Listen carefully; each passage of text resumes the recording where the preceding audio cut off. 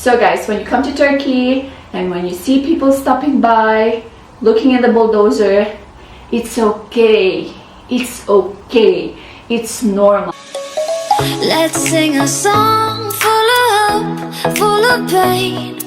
Why don't you sing along, my friend? For it's our last refrain. Hello there guys, welcome back to my channel. To those of you who are new to my channel, my name is Eunice and I'm half Filipina, half American, which currently living in Turkey. Okay, for today's topic I'm going to talk about 5 fun things that Turkish people normally do. Or I wanted to mention it as weird, but it's not actually weird. For me, I find it cute. Some of this is cute, some of this are funny, and some of this are maybe weird. I don't know. Let's see. Anyway, first thing that I really noticed when I came first to Turkey. In traditional Turkish wedding, they don't serve food. They only serve cake and juice. You know, the juice is like, the juice is actually in the carton. You know, this box juice that you buy in the grocery store, in some supermarkets like that. I was actually surprised when I first attended the Turkish wedding, but yeah, they don't serve food. And imagine, actually in my first wedding I was pregnant. I think I was actually 7 weeks or 8 weeks pregnant, and my husband actually didn't mention to me that they don't serve food in the wedding. I was so excited, because it's my first wedding. I've been really wanted to experience, the traditional Turkish wedding. Anyway, when we attended, I asked my husband, I said, "Aşkım," which is my love. I said, "My love, I'm getting hungry now. When is the food coming?" And he said, "What food?" I was like, "The food. They don't serve food?" They was like, "No, they don't serve food. They just serve here cake, 1 piece of cake and juice," something like that. I was like, "Oh, thank you so much for informing your pregnant wife now that they don't serve food." Well, actually, I'm getting hungry. I was surprised, so of course I dragged my husband out and we went to the nearest grocery stores and we buy some biscuits. Well, actually guys, those are traditional Turkish wedding, if it's, in some big hall like that. But nowadays, normally, as I've seen in some Instagram, they are celebrating their weddings in some restaurants, in some gardens like that. When they celebrate their wedding in some restaurants, they normally served food. Actually, of course, it's in the restaurant. Like my wedding, we celebrated in the small garden and a restaurant. Of course, we have to serve food, and I want to serve food. In the Philippines, because I grew up in the Philippines, normally they are serving buffet in the weddings, or if there's no buffet, an a la carte. If you're in a budget couple, well, a la carte is okay, but there's no way that the wedding in the Philippines will happen without food.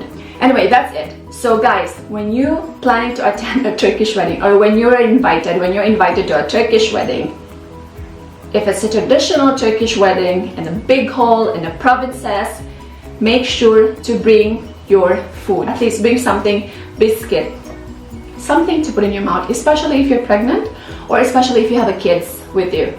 Make sure to bring some food with you. Okay, that's it. Second thing that I've noticed, Turkish people are really fond of bulldozers.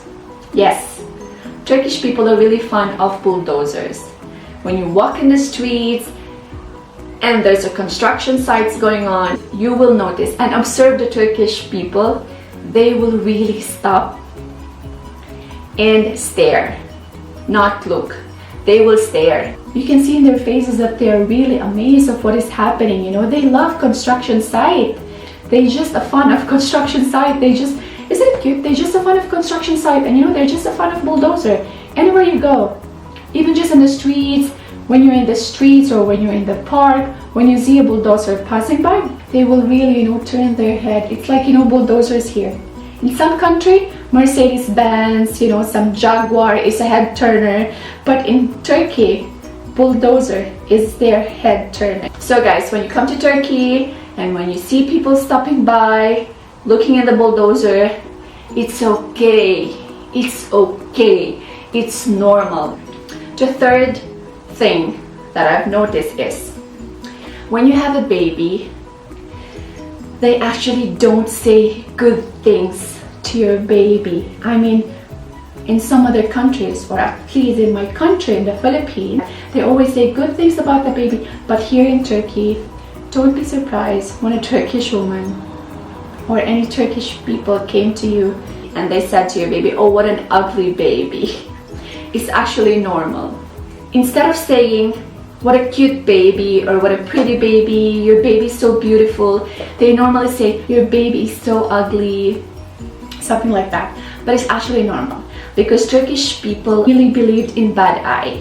Yes, in bad eye. Actually, in the Philippines, we call it usog. They're really scared of usog. In English, it's bad eye, and in Turkish, they call it as nazar. You know, when you have a bad eye, they call it nazar. So that's why they say ugly things instead of good things, to protect the baby, actually to protect the baby from nazar. Yeah, from bad eye, something like that. So it's normal. So don't be surprised when some Turkish people came to you and say that your baby is ugly. Just say thank you. Okay, so that was the third thing. The fourth thing, guys, when you're being invited to a home, or some of your friends invited you to a home for a cup of coffee or a cup of tea, don't believe them. When you're being invited to a house, please guys, for a coffee or for a tea, please guys, don't eat beforehand. Don't take your lunch and don't take any snacks, okay? Because in Turkey, when you come to a house for a cup of coffee or a cup of tea, first thing, they serve you tea.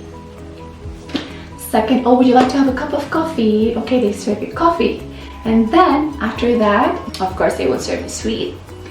After they serve you sweets, of course, chit chat, you will talk, chit chat, and then another cup of coffee, another tea, another coffee, another tea, and then it's around 6 o'clock already in the afternoon, and they will prepare now for dinner. Yes, you cannot leave a home just for one cup of coffee and one cup of tea and say, okay, bye-bye, thank you so much for the tea and thank you so much for the coffee. No, you cannot, guys, you cannot.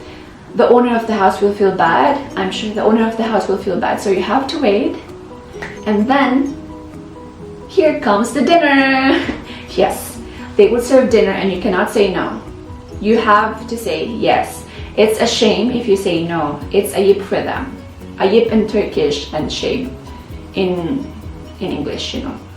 You cannot just go, you have to stay, and then you have to eat dinner. Of course, they will serve, you know, and you know, Turkish people, they just don't serve normal food when they have a visitor. They serve really lavish food. I don't know if it's lavish or extravagant food, you know. The table is so nice, it's so well prepared. This is what I really love about Turkish people, you know, their hospitableness. They're really, you know, they're really exceeding your expectations, you know, when you come to a house for dinner, for a cup of tea or a cup of coffee, snacks or dinner, they will really prepare, they will really take time to prepare their tables, to prepare their table, their food, and it's a really, they will really serve you good food, I'm telling you.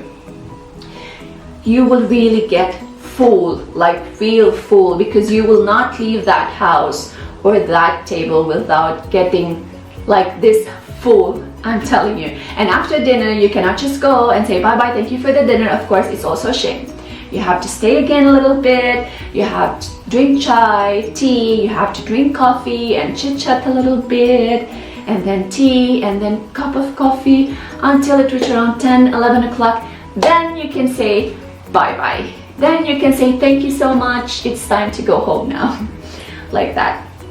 So be prepared, guys. When you're being invited to a Turkish home for a cup of coffee or tea, please don't eat anything before. You need to empty your stomach, okay?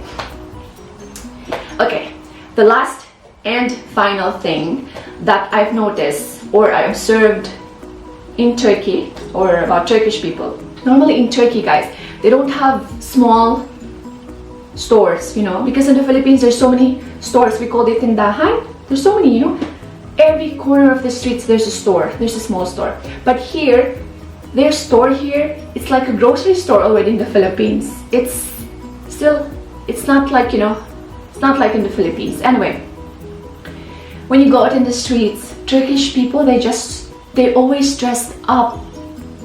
I was so amazed actually when I first came to Turkey that why I don't see, I was so shocked, you know, like why I don't see people wearing shorts, you know, like I was looking for that people, you know, in the streets that just wearing a t-shirt, a slippers, and a pajama or a short, house short, something like that. Because in the Philippines, oh no, you can just go out, even your t-shirt has a hole, you know, even your t-shirt has a hole, your short has a hole. No, I'm kidding. Of course not. No, I mean, seriously, you can go out in the street just buy the normal t-shirts and just normal short and just slippers, just go to the bakala or just go to the stores if you wanted to buy something, just like that. But here in Turkey, guys, they don't. Dressing up for them is really important. How you look is really important for them. I mean, that's why now, even just by going to the stores, I'm really ashamed to just, you know, wear this pajama that I have at home. I really need to wear tights or pants, normal pants and normal t-shirts, or comb my hair, you know, yeah, something like that. So you cannot, when you come to Turkey, people are really dressing up. Their appearance is really important for them. Well, I grew up in the Philippines. That's why for me, you know, I was so amazed when I see, you know, when I observe this kind of things here in Turkey. Looking good is really important for them, especially when they're out in the streets. Yes. So that's it, guys. Those were the 5 things that I've noticed or I observed during my stay here in Turkey. So guys, please let me know in the comments below what are your thoughts about my observations, and if you've been to Turkey, what have you experienced so far? So that is just my own experience and my own observation. Please don't judge me. So I hope you like this video, and please give it a thumbs up, and please subscribe if you haven't yet. See you guys on my next video. Bye. Thank you. Mwah.